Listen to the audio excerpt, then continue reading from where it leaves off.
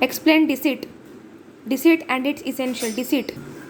The tort of deceit involves the act of willingly making a false statement or a false representation with the intent that the plaintiff would get injury or harm.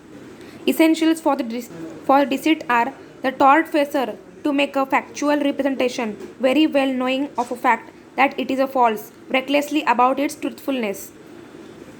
That the plaintiff relied on such a false representation means willingly making a false statement or a false representation with the intent that the plaintiff would get injury or a harm is known as a deceit in a tort.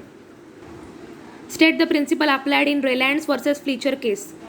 In the year 1868, the principle of strict liability states that any person who keeps hazardous substances on his premise will be held responsible. In such substances escape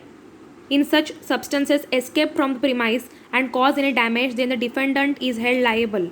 The liability is imposed on him not because there is any negligence on the part, but the substance kept on the premise is hazardous and dangerous. Means though there is a no fault of a defendant or there is a no part in the escape of those hazardous or dangerous substances, then also the defendant is held liable because as these substances are dangerous in nature. The rule in the Reliance versus Fletcher is also known as the wild beast theory. Wild beast theory.